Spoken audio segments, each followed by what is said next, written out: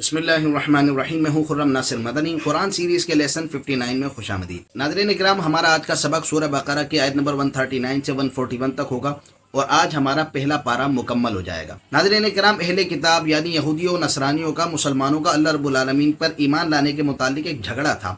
وہ یہ جھگڑا تھا کہ وہ سمجھتے تھے کہ اللہ رب العالمین پر ایمان لانے میں ہم درست ہیں، کیونکہ ہمارا دین قدیم ہے، پچھلے انبیاء بھی ہمارے ہی دین میں آتے رہے، لہذا ہم سچے ہیں اور اللہ رب العالمین پر ہمارا ایمان درست ہے۔ تو اللہ رب العالمین نے ارشاد فرمایا، قل اتحاجوننا فی اللہ وہو ربنا وربکم، تم فرماؤ کیا تم اللہ کے بارے میں ہم سے جھگڑتے ہو، حالانکہ وہ ہمارا بھی رب ہے اور تمہارا بھی۔ یعنی اللہ رب العالمین کی ذات کے معاملے میں صرف تمہاری اجارہ داری نہیں ہے، اللہ رب العالمین تمہارا بھی رب ہے، اللہ رب العالمین ہمارا بھی رب ہے۔ جہاں تک بات ہے حق و باطل کی، تو تم اپنے اعمال کے جواب دے ہو، ہم اپنے اعمال کے جواب دیں۔ فرمایا وَلَنَا أَعْمَالُنَا وَلَكُمْ أَعْمَالُكُمْ، اور ہمارے اعمال ہمارے لیے ہیں اور تمہارے اعمال تمہارے لیے ہیں۔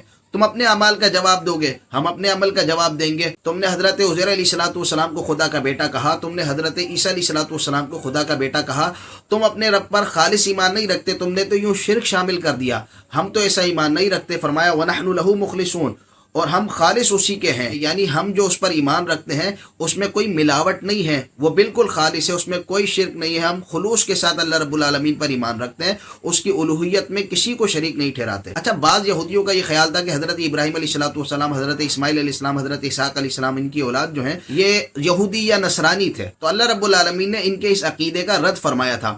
اب چونکہ ان کا یہ خیال تھا تو اللہ پاک نے ارشاد فرمایا، ام تقولون ان ابراہیم و اسماعیل و اسحاق و یعقوب والاسباط کانوا ھودا او نصارا، اے اہل کتاب کیا تم یہ سمجھتے ہو کہ ابراہیم اور اسماعیل اور اسحاق اور یعقوب اور ان کی اولاد یہودی یا نصرانی تھے؟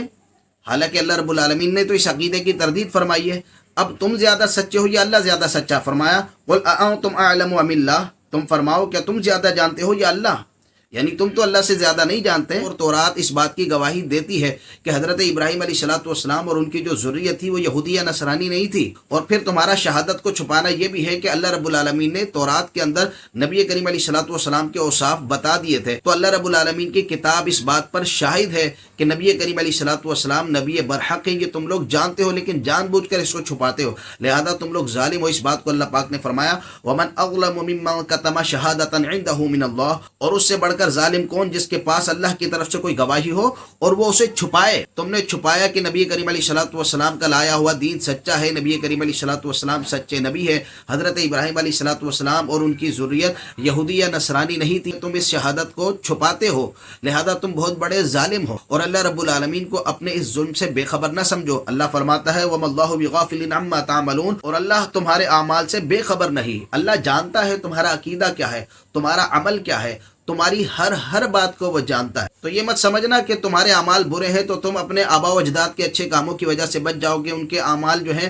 تمہارے کھاتے میں آ جائیں گے، تمہارے حساب کتاب میں ان کے اعمال کو داخل کر دیا جائے گا، ایسا نہیں ہے۔ فرمایا تلک امۃ قد خلت، وہ ایک امت ہے جو گزر چکی ہے، یعنی حضرت ابراہیم علیہ السلام اور ان کی اولاد میں جو انبیاء ہوئے، جو نیکوکار لوگ ہوئے، ان کے بارے میں اللہ فرما رہا ہے کہ وہ ایک امت ہے، وہ گزر چکے ہیں۔ فرمایا لہا ما کسبت ولکم ما کسبتم، ان کے اعمال ان کے لیے ہیں اور تمہارے اعمال تمہارے لیے ہیں، وہ اپنے نیک کاموں کا اچھا بدلہ پائیں گے اور تم اپنے برے کاموں کا برا بدلہ پاؤ گے۔ یہ مت سمجھو کہ ان کے اعمال تمہارے حساب کتاب میں لکھ لیے جائیں گے۔ فرمایا ولا تسألون عما كانوا يعملون، اور تم سے ان کے کاموں کے بارے میں نہیں پوچھا جائے گا، یعنی ان کے جو اچھے عمل ہیں وہ تمہارے حساب کتاب میں نہیں آئیں گے، وہ تم سے پوچھے نہیں جائیں گے، تم سے تمہارے اعمال کا پوچھا جائے گا۔ چونکہ تمہارے اعمال برے ہیں تو اللہ رب العالمین سے چھپ نہیں سکتے۔